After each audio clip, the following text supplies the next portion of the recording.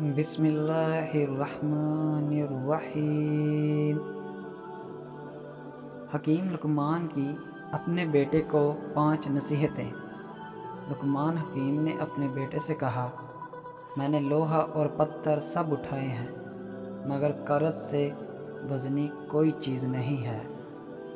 میں نے پاکیزہ چیزیں بھی کھائی ہیں اور اچھے آلات بھی دیکھے ہیں مگر عافیت سے زیادہ لذیذ کچھ نہیں پایا، اور لوگوں کی طرف اپنی ضروریات کو لے جانے سے تلخ کسی چیز کو نہیں پایا۔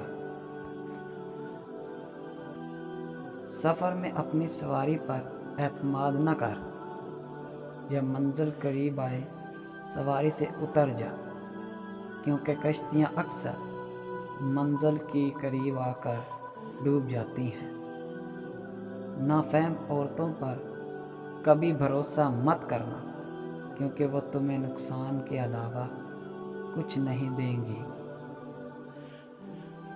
موت سے نہیں ڈرو بلکہ زندگی سے ڈرو، کیونکہ زندگی میں ہزاروں آفتیں پوشیدہ ہیں۔